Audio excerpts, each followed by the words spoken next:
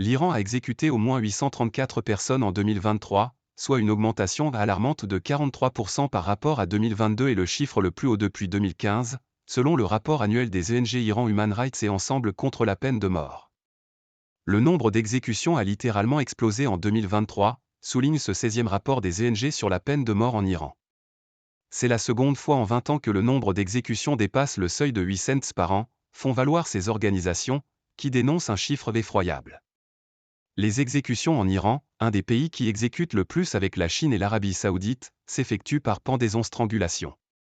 En 2023, au moins 22 femmes ont été exécutées dans la République islamique d'Iran, le nombre le plus élevé de ces 10 dernières années, rapportent ces ONG. En 2015, les autorités iraniennes avaient procédé à l'exécution de 972 personnes, rappelle Iran Human Rights, IRNGO, basé en Norvège, et Ensemble contre la peine de mort, ECPM, basé à Paris.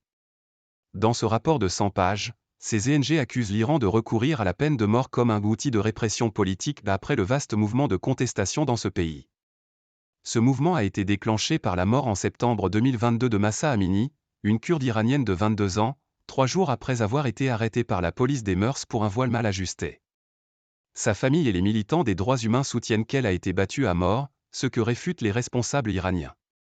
Les manifestations, qui avaient secoué pendant plusieurs semaines le régime de la République islamique, se sont désormais calmées face à une répression qui a entraîné la mort de centaines de personnes d'après des associations de défense des droits, et des milliers d'arrestations selon l'ONU.